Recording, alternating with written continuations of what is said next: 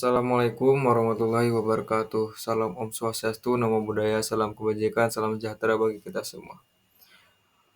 Halo semuanya, perkenalkan nama saya Dede Farhan. Saya dari kelas MM23P dengan NIM 20230080567.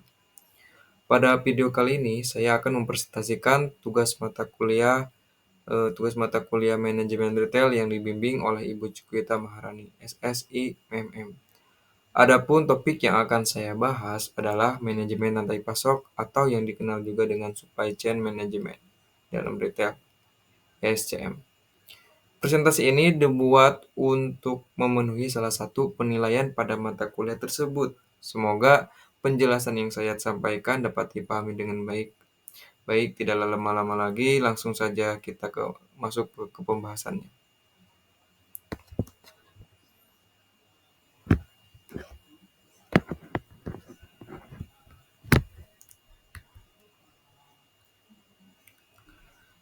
Pada bagian pendahuluan ini, kita membahas konsep dasar dari supply chain management atau manajemen rantai pasok dalam bisnis retail.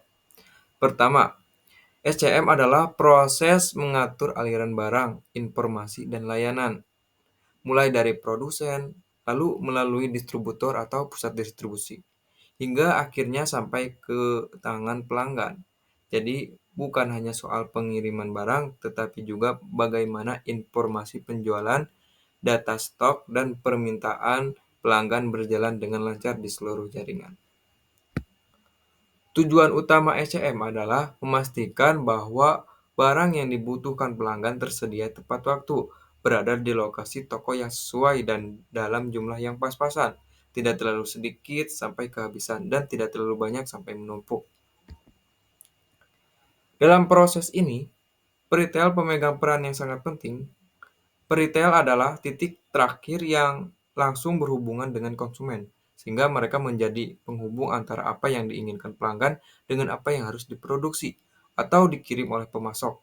Informasi dari peritel ini seperti data penjualan atau permintaan produk sangat menentukan keputusan pada tahap sebelumnya di rantai pasok ini.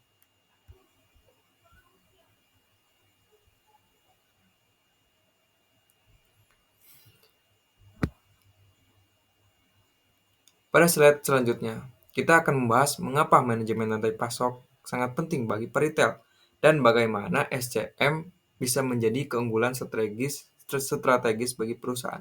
Pertama, SCM membantu perusahaan mengurangi biaya operasional, yang dimana ada biaya transportasi, yaitu biaya untuk mengirim barang dari pemasok ke pusat distribusi atau ke toko-toko lain. Yang kedua, ada biaya persediaan, inventory, yaitu biaya penyimpanan, pengelolaan, dan risiko barang menumpuk di gudang. Dengan SCM yang baik, barang bergerak lebih efisien sehingga biaya-biaya tersebut dapat ditekan.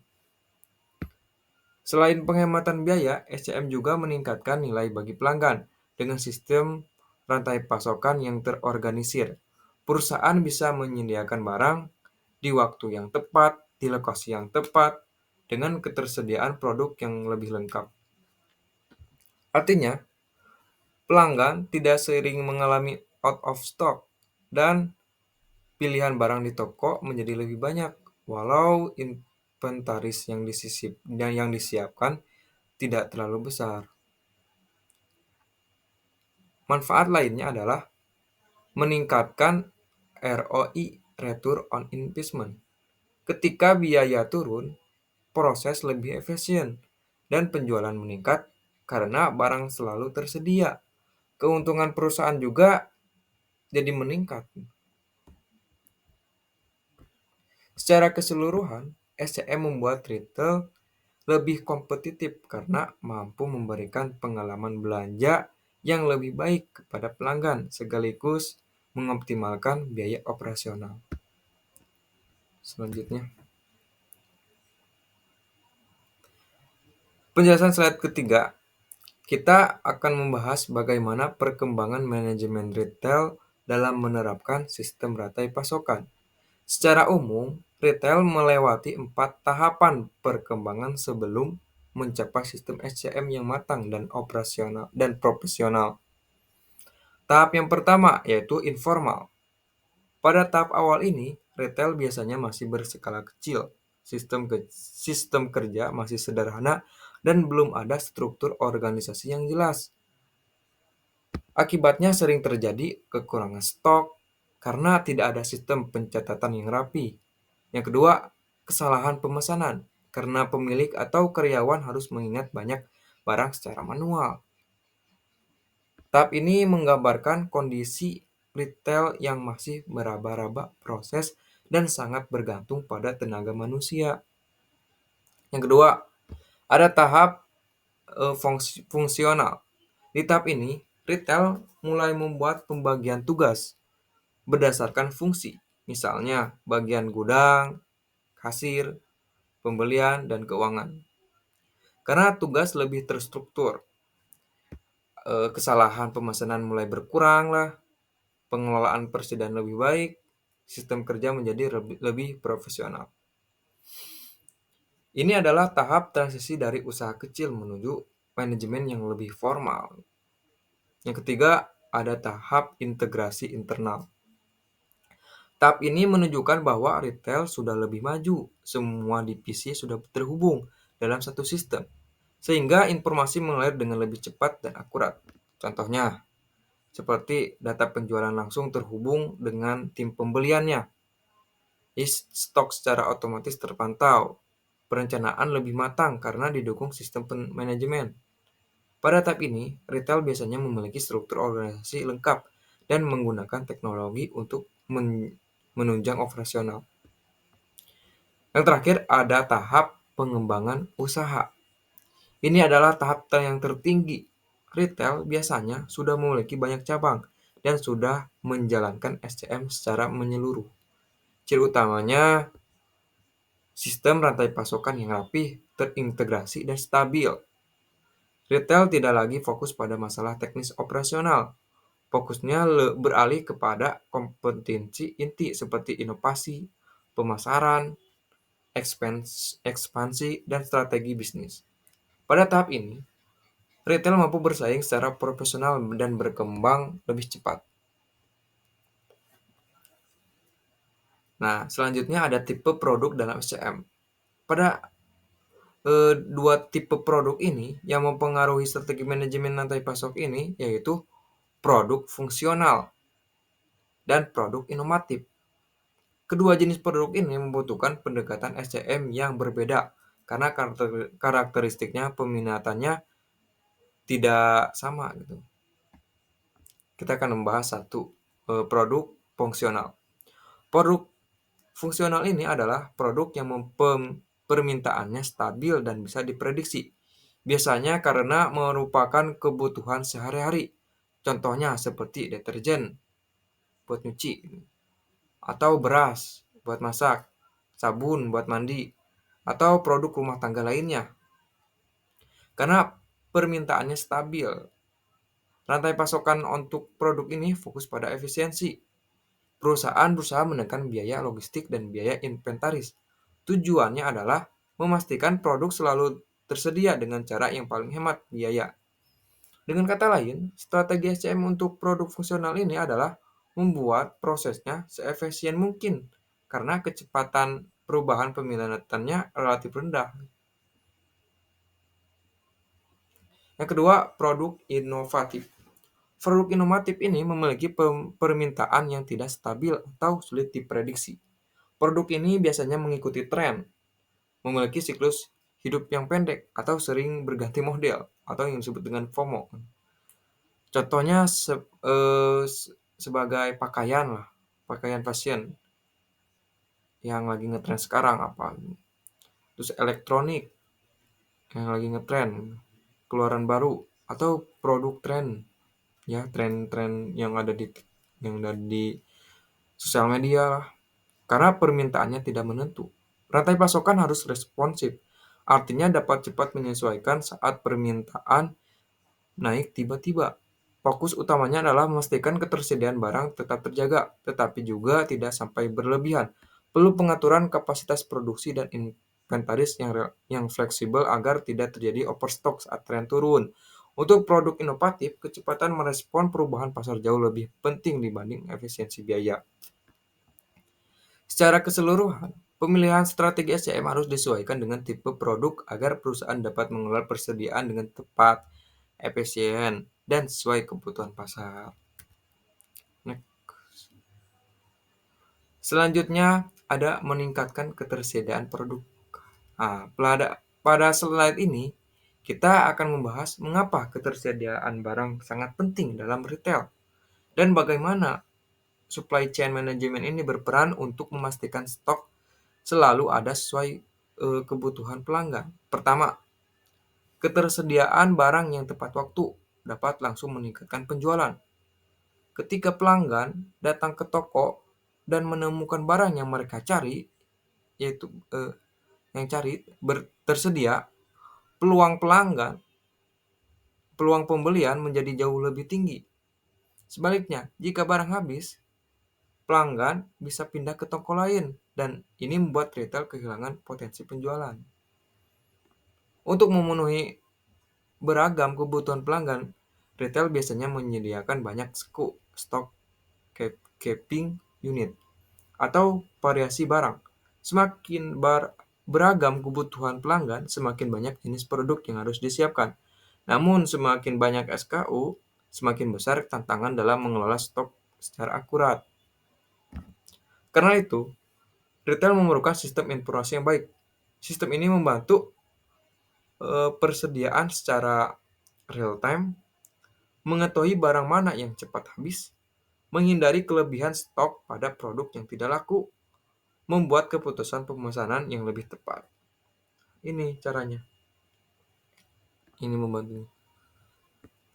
Tanpa sistem informasi yang canggih, akan sangat sulit bagi retail untuk mengelola ribuan SKU secara efisien, terutama pada retail berskala besar atau yang sudah memiliki banyak cabang.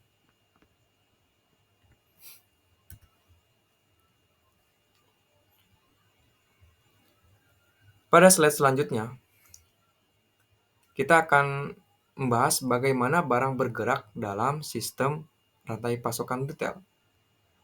Logistik bukan hanya soal mengirim barang, tetapi seluruh aktivitas pergerakan dan penyimpanan barang dari titik asal hingga sampai ke tangan konsumen. Secara umum, alur logistik dalam retail bergerak melalui 3 jalur utama. Yang pertama, dari vendor ke pusat distribusi atau disebut dengan distribution center, DC. Suka ada tuh di online-online kan. Barang pertama kali dikirim oleh pemasok atau produsen menuju pusat distribusi milik paritel. Di sini barang akan diterima dan diperiksa, terus disortir, lalu disimpan atau langsung dikirim lagi ke toko kalau ada barang yang cacat. Tahap ini memastikan bahwa barang yang masuk sesuai dengan pesanan, baik dari segi kualitas maupun kuantitas. Tahap yang kedua, dari pusat distribusi ke toko. Setelah barang disiapkan di DC, barang akan dikirim ke masing-masing toko. Disinilah pentingnya perencanaan jadwal pengiriman, rute yang efisien, dan pengaturan transportasi agar dapat tiba tepat waktu. Yang ketiga, vendor, toko pengiriman langsung, direct store delivery. Pada beberapa kasus, barang tidak perlu melewati pusat distribusi. Vendor dapat mengirim langsung ke toko, terutama untuk produk tertentu seperti minuman, makanan cepat saji, produk dengan peminatan yang tinggi, atau barang yang cepat rusak. Metode ini dapat menghemat waktu, tetapi biasanya digunakan untuk kategori yang tertentu saja. Secara keseluruhan, arus logistik yang baik membantu memastikan ketersediaan barang di toko-toko, meningkatkan efisiensi biaya, dan mempercepat proses distribusi. Tanpa pengelolaan logistik yang efektif, stok mudah kosong, biaya transportasi meningkat, dan keputusan pelanggan dapat menurun.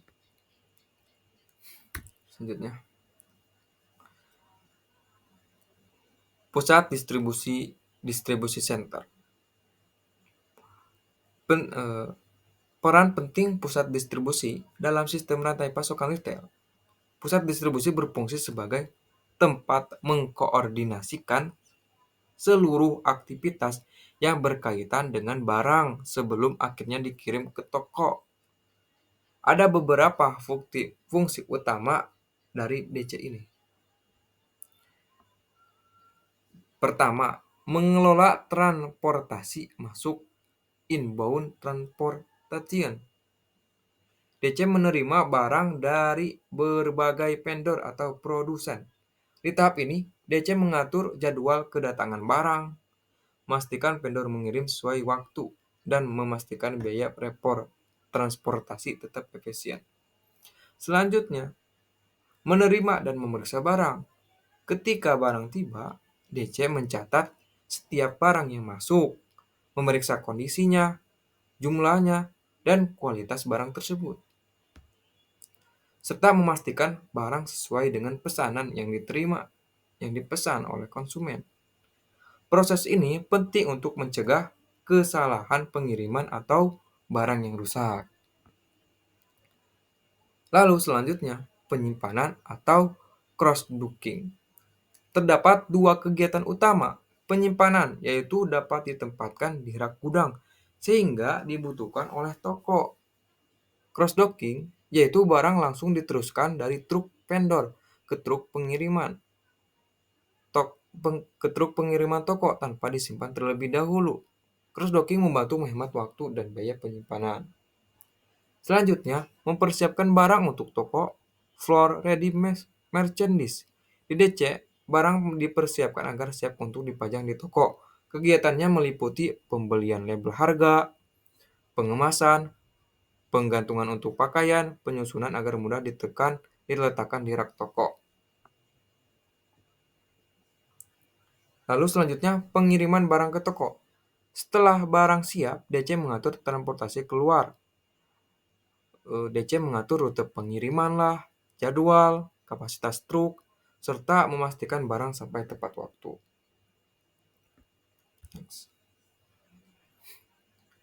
Keuntungan menggunakan distribution center. Yang pertama, meminimalkan kesalahan peramalan. Ketika retail menggunakan satu pusat distribusi untuk menggabungkan data dari berbagai toko, peramalan penjualan menjadi lebih akurat. Data dari banyak toko lebih stabil dibandingkan data satu toko saja, sehingga kebutuhan stok dapat diprediksi dengan lebih baik. Terus, kedua, mengurangi kebutuhan stok di toko. Dengan adanya DC, toko tidak perlu menyimpan terlalu banyak stok. Jika stok habis, toko bisa dengan cepat meminta barang dari DC. Hal ini mengurangi biaya penyimpanan, risiko barang menumpuk, serta menghemat ruang toko yang lebih mahal daripada ruang gudang. Ketiga, menghindari kehabisan stok.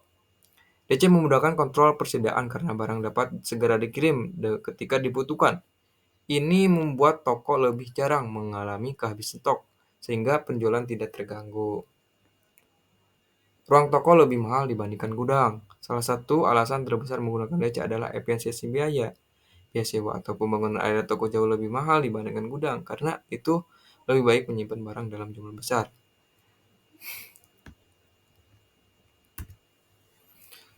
Selanjutnya, siapa yang bisa menggunakan distributor center ini? Ya, ini nih.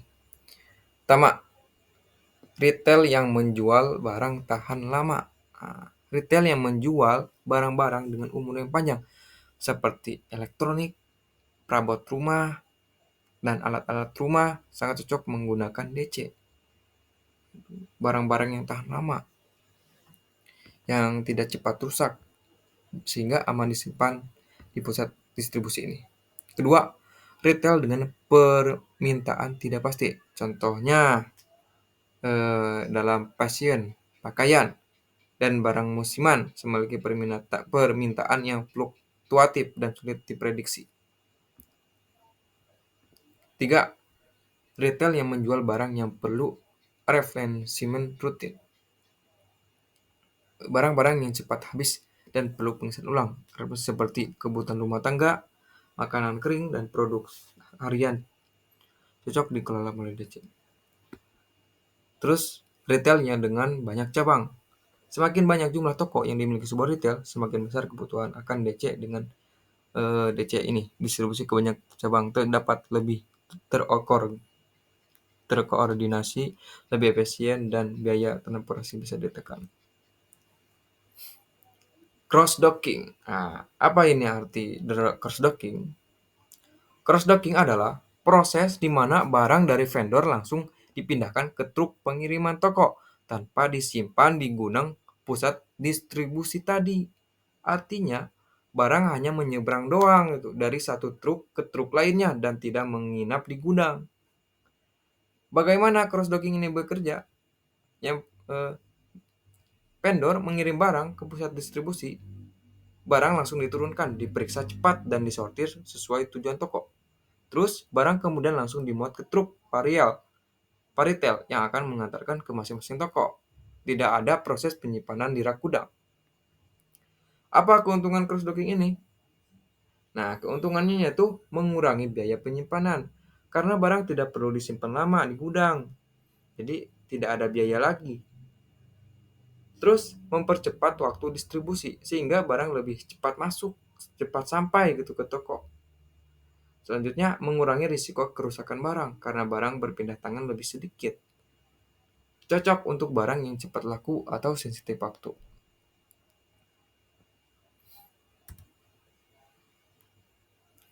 Fungsi logistik dalam retail online. Nah, dalam retail online ini, yang pertama, alih daya outsourcing pengiriman. Banyak retail online bekerja sama dengan jasa ekspedisi untuk mengirimkan barang ke pelanggan. Keuntungannya, tidak perlu membangun divisi logistik sendiri, mengurangi biaya investasi awal, biaya operasional lebih rendah karena ongkir sering ditanggung pelanggan. Retail bisa fokus pada aktivitas utama seperti pemasaran dan pengelolaan toko online. Kedua, transportasi. Dalam retail online, pemilihan transportasi sangat penting. Faktor yang dipertimbangkan kapasitas, waktu, mobilitas, biaya. Pergudangan. Semakin besar skala bisnis online, semakin penting memiliki gudang penyimpanan. Yang perlu diperhatikan yaitu lokasi gudangnya di mana, fasilitasnya gudang kayak gimana, serta keamanan untuk gudang tersebut.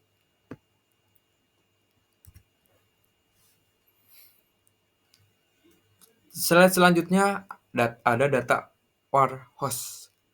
Apa itu data warehouse? Data warehouse adalah gudang data elektronik, tempat seluruh informasi penjualan dan transaksi yang tercatat di sistem POS disimpan secara terpusat. Ketika pelanggan membeli barang di toko, semua data pembelian tersebut langsung masuk ke data warehouse. Mengapa data warehouse itu penting? Data warehouse memungkinkan perusahaan untuk mengumpulkan data dalam jumlah skala besar dari banyak toko, mengelola dan menganalisis data tersebut untuk membuat keputusan bisnis. Melihat data penjualan berdasarkan berbagai dimensi seperti jenis produk, lokasi toko, kategori barang, waktu penjualan, dan tren permintaan. Fungsi utama dari data warehouse yang pertama ada analisis penjualan. Perusahaan bisa melihat produk mana yang paling laku, kapan puncak penjualannya terjadi, dan bagaimana pola belanjanya pelanggan. Kedua, perencanaan stok. Dengan data yang lengkap dan akurat, retail dapat memperkirakan kebutuhan stok dengan lebih presisi. Ketiga, pengambilan keputusan yang lebih cepat. Dan keempat, integrasi lintas divisi. Intinya, data warehouse ini adalah fondasi penting dalam SCM modern. Tanpa data yang tersimpan dengan baik dan struktur, perusahaan tidak bisa melakukan forecasting, analisis permintaan, pengaturan inventaris, atau pengambilan keputusan strategis secara efektif.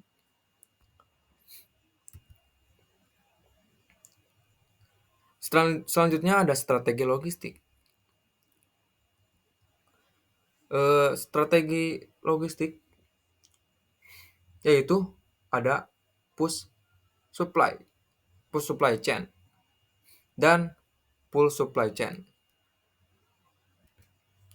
Nah, push supply chain ini adalah sistem di mana distribusi barang berdasarkan perkiraan permintaannya.